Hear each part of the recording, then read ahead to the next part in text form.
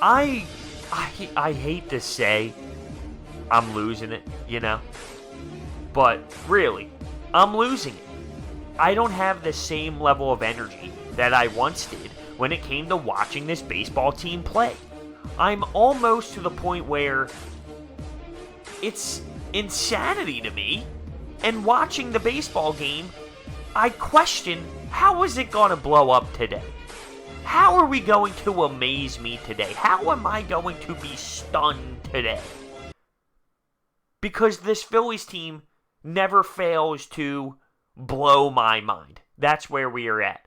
And it's insane. It realistically comes down to, well, it's good content because you're so fired up or you're so happy, and sure. But I just want to be so happy. I don't want to be fired up. I just want to be enjoying the baseball team. I want to be watching baseball that I saw for the first 2-3 weeks of the season. Celebrations, high-fiving, walking around with swagger. Oh, the good days of this year's baseball team, because that's not what we're getting anymore. So I wanted to, in this podcast, take a look at how this series played out. Take a look at the games, go over some scenarios once again. I know I do the post-game recaps, but this is just a different element, more time to go over it, look into more situations, look into it detailed, and attack what happened in this national series as a whole. So game one, and before we get in here actually, Maikel Franco has that big walk-off homer in game 3, so there's a different vibe right now. But keep in mind, as happy as you might be that the Phillies walked it off in game 3 with a home run, and Maikel Franco had this cool little celebration, and Citizens Bank Park went wild, as cool as that is, right? We lost the series. I mean, we lost a series at home to a division rival that's above us in the standings. So, here you go. Here you go. Here's a little golf clap. Woopdy Doo. Walk-off homer in game 3.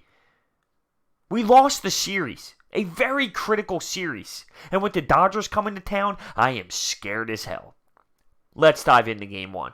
Nick Pavetta on the mound. We lose 4-0. We come out. It's a stinker. Nothing offensively gets going. Well, let's not go as far as that, but we couldn't get timely hits. We left so many runners on. I believe we had 8 hits total in that game, so we were hitting the baseball. It wasn't like this offense couldn't generate anything, but it came down to not being able to execute on timely hits. And Nick Pavetta's on the mound. He could only give us 5 innings, and he allowed 3 earned runs in those 5 innings. And I hate the narrative, well, bros, that's not that bad. I'm done with Nick Pavetta. His leash should be so short. 2 inches. 2 inches of a leash. Remember when he had such a tight leash where we actually sent him down? I know we don't have any other options, and I guess that's why the leash is longer. But remember that? I'm done with Nick Pavetta. I'm done with it.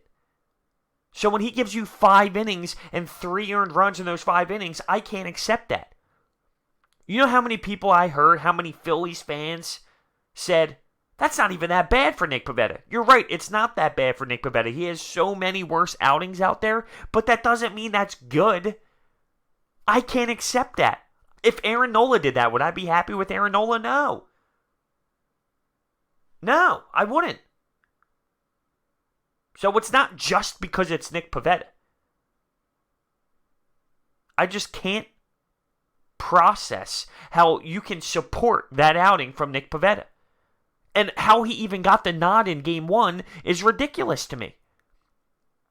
Aaron Nola should start once we come back from break. He's your ace. He's your number 1. He's your go-to guy. He's your guy that's been fantastic over his last, 4 or 5 games. And when I say fantastic, I'm saying Aaron Nola of last year fantastic. Why is he not starting? Why is he not going game 1? We scored 0 runs, so at the end of the day, you can always counter with that argument, but you don't know that going into the baseball game. You don't know that. So that's hindsight. Going into that baseball game, you put out your starter. It ended up being okay because in game 2, he started and he had a good outing. Did it end that way? Did it end good? No, it didn't end good, but Aaron Nola did fine in game 2 as he went 6 innings and struck out 9. In Game 2, we blow a save in the 9th. Hector Neris. Well, we had a 3-0 lead to start the baseball game. After 4 innings, we're up 3-0. They chipped away.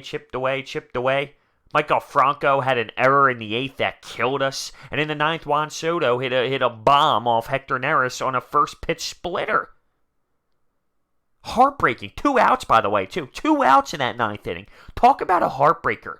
Talk about something that is so crushing. Really? You're 1 out away from winning a baseball game against the Nats? Think about if we won Game 2 and then won Game 3 on a walk-off. How much different is this fan base? How much different is the vibe around this team? Oh, you took 2 or 3 against the Nats. Let's see what the Dodgers have. But no. You get murdered. You feel like there's a stab in your back, maybe even your heart. It hurt that much. And the narrative changes. But you got to find a way to close a baseball game. You got to find a way to win that game. Scott Kingery goes 0 for 3 in that game. Bryce Harper goes 0 for 4. And Andrew Knapp has a pinch hitting situation to try and help you win the baseball game. You want to know how that went? It didn't go good for Andrew Knapp, I'll tell you that for free. And there was another situation where Andrew Knapp was involved. In Game 1, he had to play because JT Realmuto, his wife had a baby. So Andrew Knapp actually had to get legitimate playing time. The guy has, 2 RBIs all season long? And here's another thing that pisses me off. When more Phillies fans go with, I can't believe you're worried about the 80 plays that Andrew Knapp is pinch hitting, but you're not focused on the Scott Kingery, the Bryce Harper, the Rhys Hoskins. That's crap. That's such a terrible argument to think that Andrew Knapp has no value on this team. He was in pinch hitting situation in the 9th to help you win a baseball game. Like, it's a problem that Andrew Knapp is your pinch hitter coming off the bench. It's a problem. It's a problem. To say it's not because other guys are doing different things, it's ridiculous to have that sort of mindset. Andrew Knapp being your backup catcher, being your guy, coming off the bench, that's nonsense. Because realistically, if you think about it, we've been crushing JT Realmuto. JT Realmuto has been playing so many games, so many innings. If we had someone who was actually reliable off the bench, we'd be able to save him. He's going to be fatigued as hell. He's going to be so beat down. He's going to be so tired. And Andrew Knapp is the reason why that's going to happen. Now, is it Andrew Knapp's fault? No, it's not his fault that he stinks. It's John Middleton and Matt Klentak and the upper management, essentially. It's their fault for realizing Andrew Knapp is the guy coming off the bench and not fixing the issue before the season started. And that goes with the starting pitching as well. Do you remember the conversations before the season started? The pitching sucked. The pitching was going to be the problem, but we just expected our offense to be able to carry it and to be able to outscore every single opponent we ever played. Well, because our offense is underachieving, everyone gets so pissed off about the offense. I can't believe we're losing games because we can't hit. Well, think about it. The pitching sucks, and we didn't do anything about it coming into the season. That's facts. That's reality.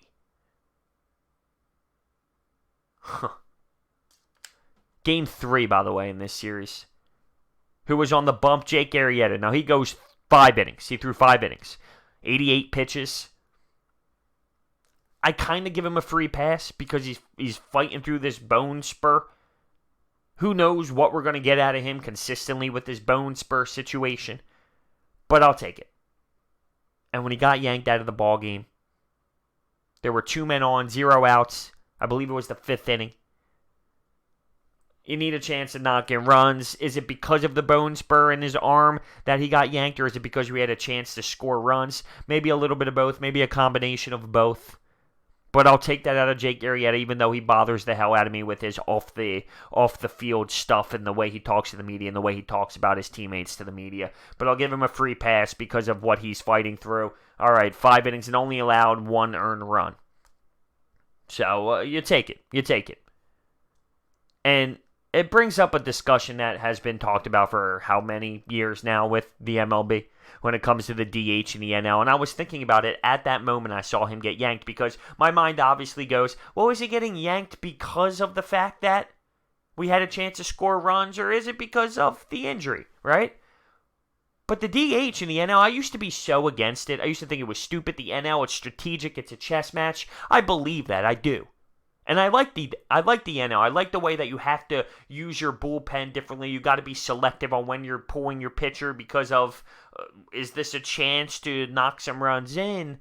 But at the end of the day, if baseball is worried about offense and scoring runs, why are you just having an automatic out? The more I think about it, essentially, is what I'm getting at. The more I think about it, I'm all in on the DH. I'm all in on the DH. I think it makes the most sense. Putting a pitcher up there is an automatic out, essentially, at the end of the day. Now, Jake Arrieta ended up getting a double in this game, so who am I right now to be saying that? But it is. It's essentially an out automatically. Now, why should that be? Isn't it more entertaining to have a DH up there and someone who can actually hit the baseball? And then you don't have to worry about it. Like, if you're pitching a legitimate gem and it's the 7th inning, 2 pitchers are going at it, and it's a gem on both sides. It's 0-0, and the Phillies have a chance to knock in a run. Well, now you got to pull your ace who's dominating because you need to throw in a hit. Now, logically, I know it sounds awesome for it to be that strategically, but I think I'm in on the DH. I believe that will be very exciting, and I do believe, actually, that the MLB will go to that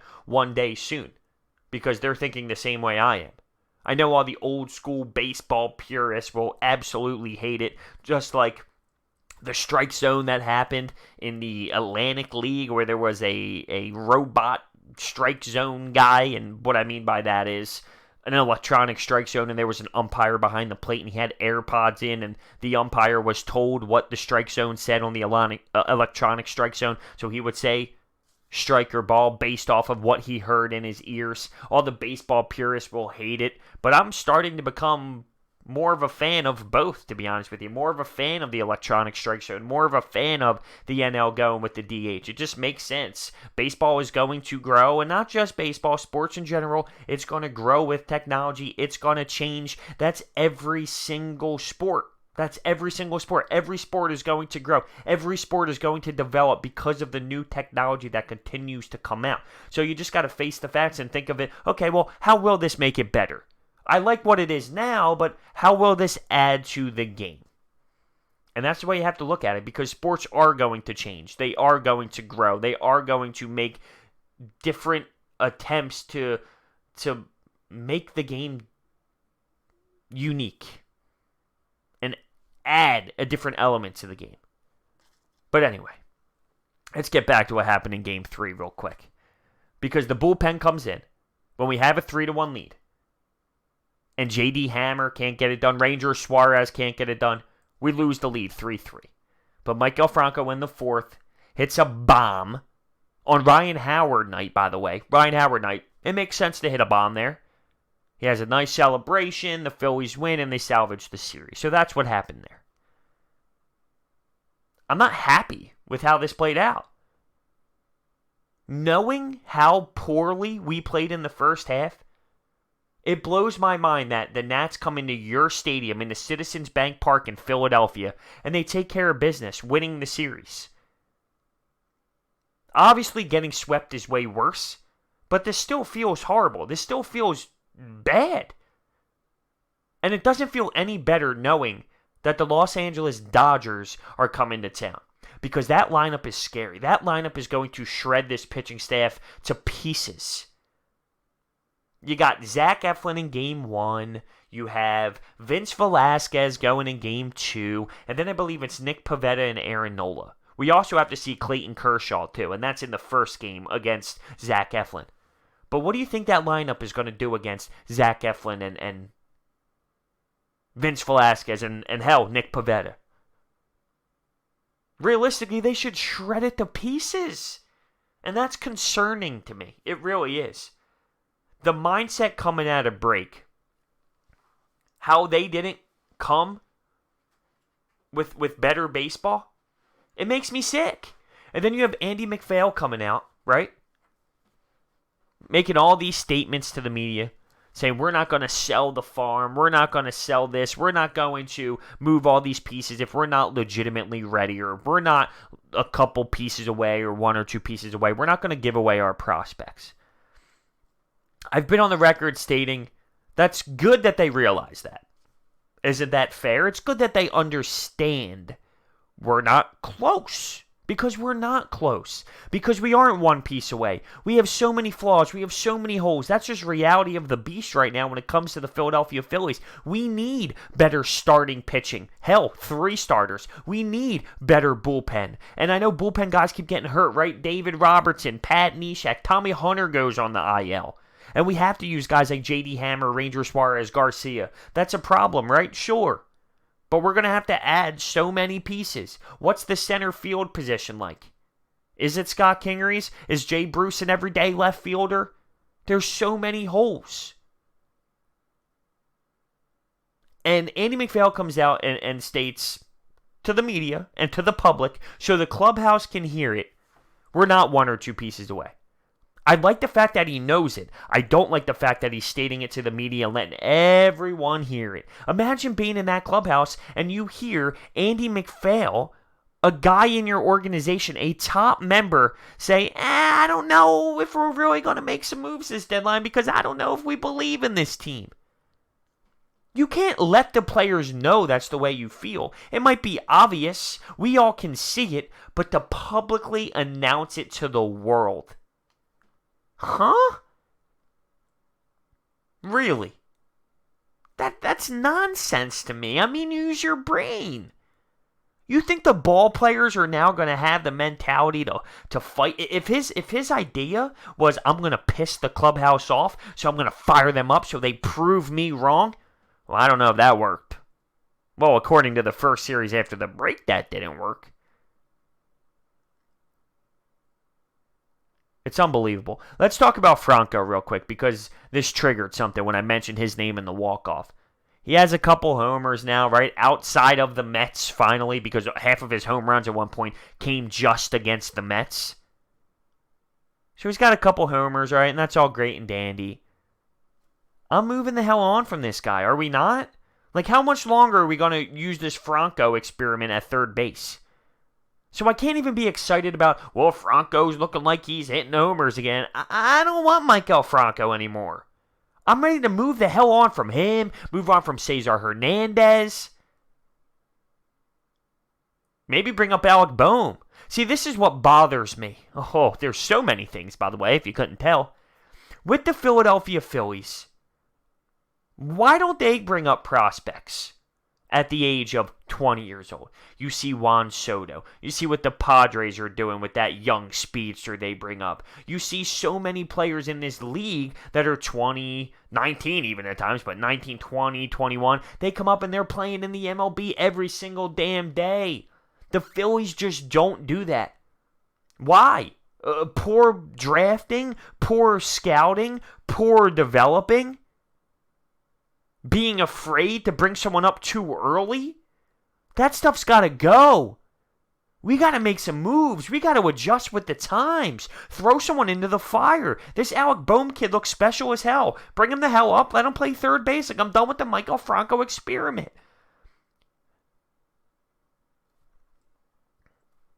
It's something that I can't even comprehend. How poor we are when it comes to developing players. And it's factoring in with where we are now. We can't bring up pitchers. Why? We don't have any. We brought up Adam Hazley. That's nice, right? That's nice. But that's not anything crazy. Mickey Moniak, first overall pick in the draft for the Phils. He's like our 8th or 9th prospect behind De Los Santos. Think about that. Number 1 overall pick? Like, it's absurd.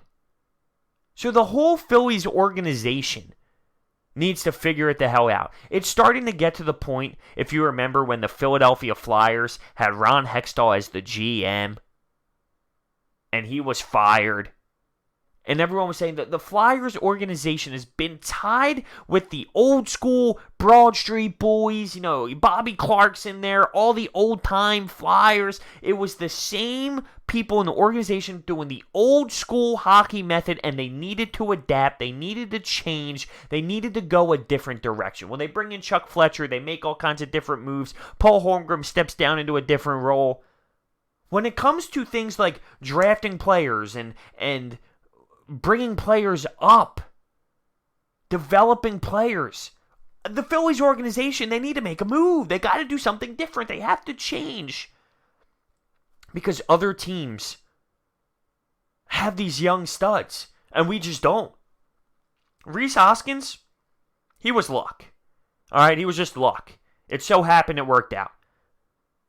You would think at some point you close your eyes, you finally pick someone late, and it turns out in your favor, right? We got that with Rhys Hoskins. Scott Kingery, okay. But compare it to other teams in the MLB and other prospect pools, we're trash. Cole Hamels, Aaron Nola. Really? Really? So that's why I always feel like contradicting myself when I talk about not wanting to sell all of our prospects, because then I think half our prospects suck anyway.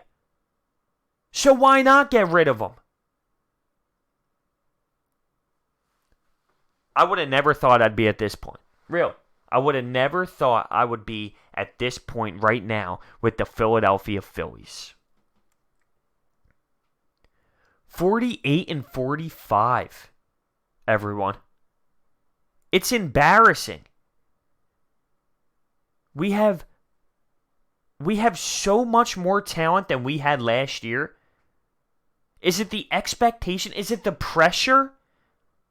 Because think about it. Last year, we're playing with house money. We're in first place. Wow, we're really doing well. There's no pressure. Now, Nick Pavetta this year. Breakout Pavetta. He's going to be so nasty. He has the stuff. Is the pressure getting to him? Then he throws his tantrums on the mound, and he's pissed off at Gabe Kapler when he takes him out of games. Is it the pressure that's getting to these players? They're not used to it? See, what bothers me as a Phillies fan, this Nationals rivalry clearly took a step, right? You take Bryce Harper, you take their man, and look where they are now. Look where they are. They're above us. By how many games? And please, for the 1,000,000th time, can we stop it when it's Bryce Harper's fault that we are where we are? It's not Bryce Harper's fault. It's not Bryce Harper's fault. We are where we are. That's nonsense. Nonsense. If you know baseball, where the Phillies are is pretty obvious. Underachieving offense, yes. Garbage, trash, insanely horrendous, pathetic, abysmal starting pitching, yes. That's the issue. Has the offense been a little quieter than we thought? Yeah. Have the home runs been up for every single team in the league, but apparently not the Phillies? Yes. Starting pitching's the problem. Starting pitching's the problem. Which affects the bullpen. Everyone yells about the bullpen sucking. Yeah, they do, and they are banged up. But when your starting pitching can go longer, your bullpen is saved more. They don't need to go as frequent. They don't have to go as long. Everyone hears the stat, though, where if we score more than 4 runs, our record compared to when we score less than 4 runs, and it is an obnoxious extreme. I understand that. Starting pitching. And we miss out on a guy like Cashner, an upgrade. You hear the narrative, the Cashner stinks anyway. Let him go to Boston. You want to know something? Do you realize, honestly, put it in perspective, you're saying that Cashner sucks, you wouldn't want him anyway? We're rocking with Vince Velasquez every 5th day. We're rocking with Nick Pavetta. Come on. He's an upgrade. But we're yelling that he's not worth it because he stinks too. It's funny how that works. It really is. I hate that the Phillies piss me off to this extreme. Do you know how many Philadelphia fans are already thinking about training camp that starts? Really? That's not how it should be. Now, realistically, the Eagles run the town here, so we would be excited for that regardless. But if the Phillies were 12, 13, 14 games over 500, yeah, we'd be excited for training camp, but at a different level. Now we are fully 100% insanely ready to rock and roll with training camp as if that's what we are legitimately looking forward to, instead of a sick matchup in Citizens Bank Park against the Dodgers. Imagine if we were 12, 13, 14 games above 500 and the Dodgers were coming to town. It would be must-watch every single pitch baseball. Now, I'm going to do that anyway, but it's not to that extreme. And I wonder how many fans are going to continuously go to the ballpark now. They had a good showing this past weekend, and the weekends are obviously going to do better anyway, and Ryan Howard returning is a big factor as well. But the hype around the fan base is really plummeting. And I see fans in the ballpark, and I even question it myself. Would I go to a game right now? Would I honestly spend my hard-earned money? In the beginning of the season, I went to opening day and dropped a good amount on opening day because that's just cool for the environment and the hype around the team. So yeah, I decided, let's put some money down, enjoy life, go to opening day. I went to about 3 games in the next 2 weeks after that and was consistently trying to find ways to get down to the ballpark. I don't know if I would spend my money to go watch them right now. Not live. I don't think I would. And I have a buddy, actually, funny story, not a big sports guy. He's not into it at all, really, but him and his friends ended up going to the Phillies game 1 in this series against the Nats, right? And they lost 4-0, no offense. I saw him the other day. He goes, dude, I don't know how you do that. That was the most boring thing I've ever been to. That was the most boring game. And obviously, baseball, you need to understand the game, watch it with a different perspective if you're just someone who doesn't like sports. But imagine if he went to Game 3, where we had a walk-off dinger. Or even Game 2, where we have a blown save so you can feel the atmosphere of disappointment from everyone in there. He went to a 4-0 stinker. But he's never going to go to a game again. Once again, different scenario because he's not a huge baseball guy. But think about it. He spent his money. He's like, okay, yeah, the Phillies. He hears that they're relevant this year. He knows Bryce Harper. And that's what he went to see. I don't want to do that. And I enjoy baseball. And I enjoy the little things involved and how the game is played. I enjoy that stuff. And guess what? I don't want to do that either. So the team is losing passionate fans. Imagine getting swept to the Dodgers. Now, I don't think that's going to happen, but just say it does, and I hate to even just say it does. We'd be 1-6 coming out of the break, even if we're 2-5, which is realistic. Oh, no, that is devastating. We can literally see ourselves under 500 kind of soon if we don't pick it the hell up. The trade deadline is going to be so interesting. Really. What if you wake up and find out that we trade Jay Bruce, Maikel Franco for assets, for pieces to help build the prospect pool? What if we sell?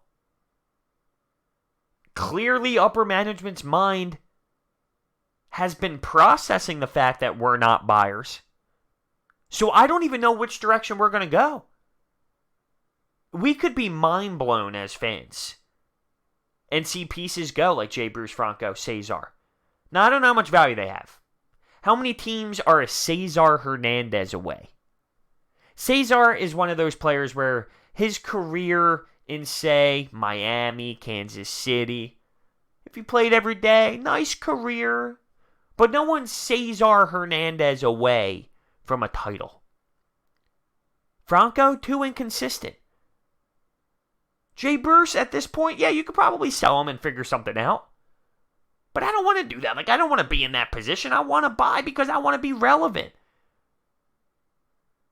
What sucks is we win today, or we win Game 3, and the joy isn't there.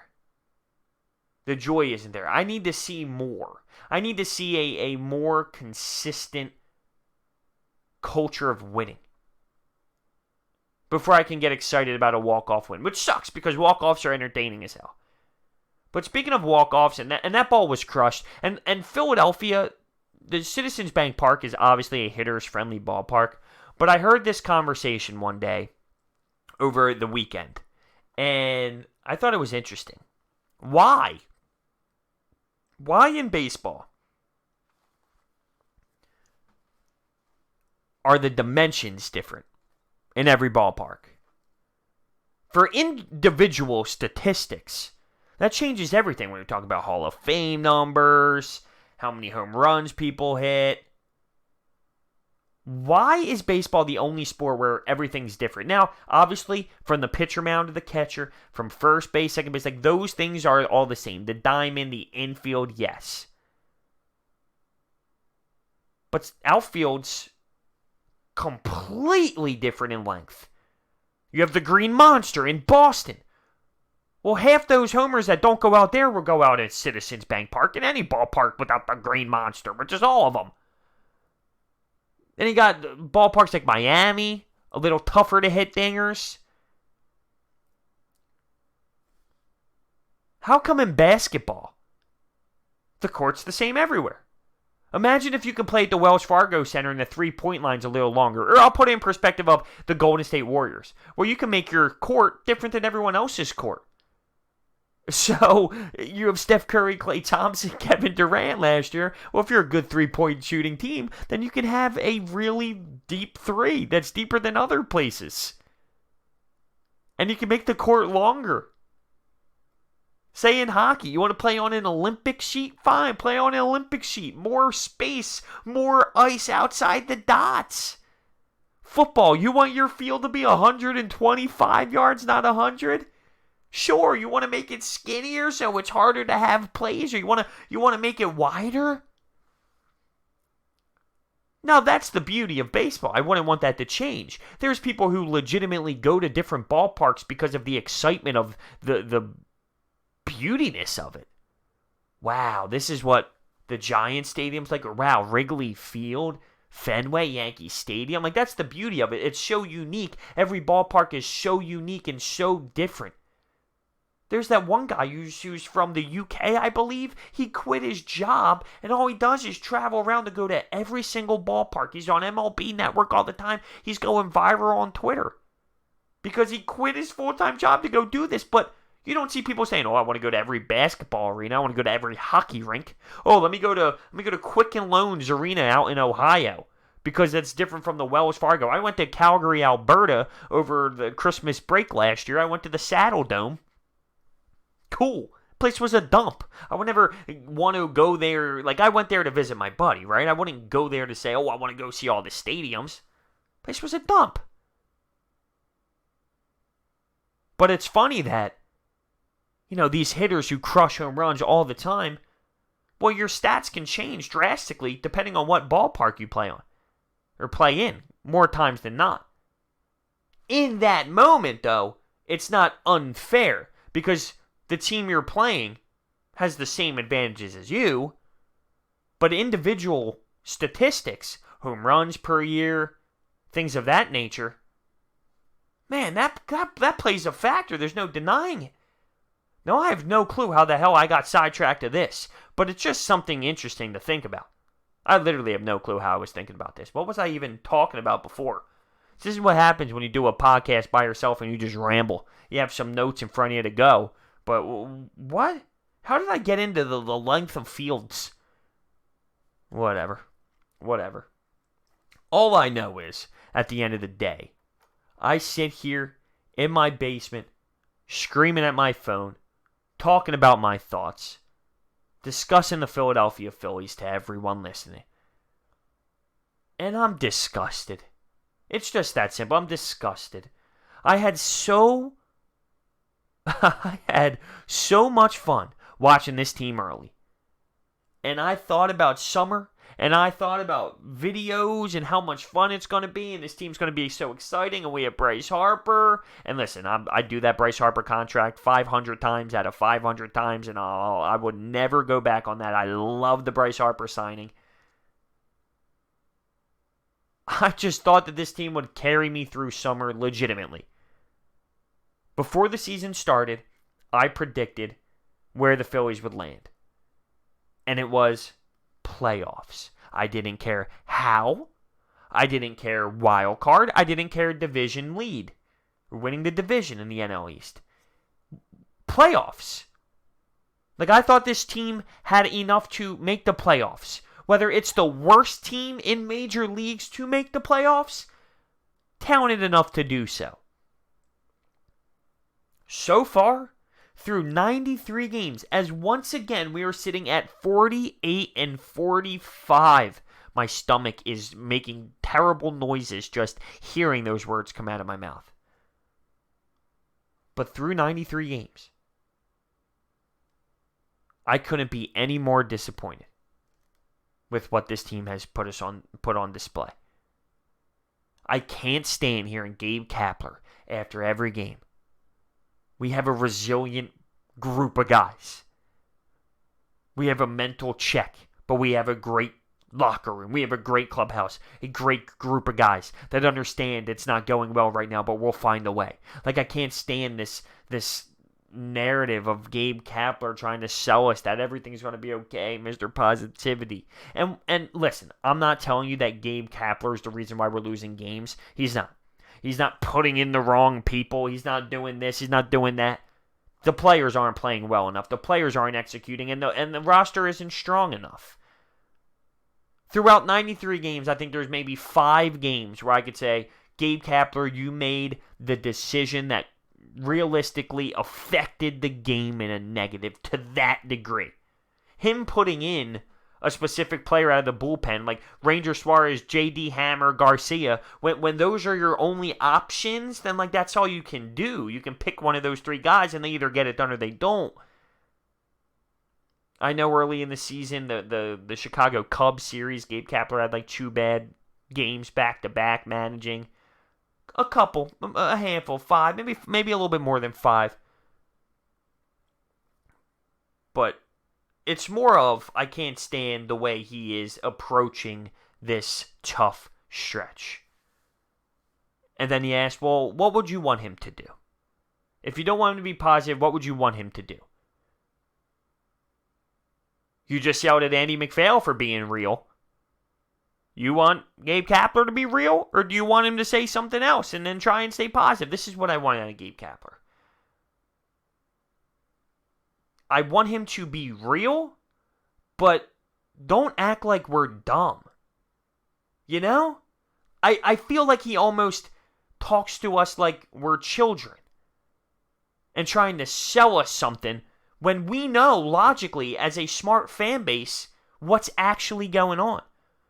Don't sell us that, we have a resilient group. Say, this game sucked. This hurt. This was terrible. We gotta be better. We gotta find a way. That's how I would approach things. Be real. Like, bring it out. You can be real, but still be effective and not negative at the same time. Like, if you want to be positive, you can be real and positive at the same time. Maybe saying what I said is a little harsh, but that's just me being emotional right now. If I'm a manager at a professional level, I would process how I would approach it before I go in there, not just ramble on a podcast in my basement. So it's 2 different scenarios. But you can be real and be somewhat positive, but not to the extreme that he is. I don't know. I've always been biased about Gabe Kapler, though, just based off of, I will never forget his day 1 here, where he pulled Aaron Nola. And sometimes I even go back to my first Phillies video of that season, when I just freaked out and roasted him. It cracks me the hell up. It really does, because I was thinking, who is this guy? Who does this guy think he is to come into Philadelphia? And I remember he even had a little video, because it was his first day managing, a little video on NBC Sports Philadelphia, and his first words were, I love Philadelphia. They might boo, they might really get into it, but that's because they're passionate. I want a city that is passionate about their team. He pulls that move, and the next day, the fan base is screaming for him to get fired. I just thought it was so ironic that he had a segment on NBC Sports Philly talking about how much we care and how much we love Phillies baseball and how great Citizens Bank Park was. And we shredded them to pieces after Mr. Analytics decided to make Aaron Nola get out of the game with 64 pitches. That was hilarious. What are you going to do? What are you going to do? Here we are. So, as we're wrapping up this podcast here,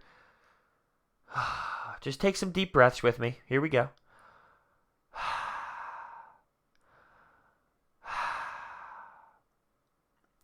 I'm not going to tell you it's going to be okay, because I don't think it is going to be okay. But just take some deep breaths, because there's no reason to, go crazy over this team. And I say that, and guess what? I'm going to go crazy over this team. I am. You see me. You see me when I'm disgusted.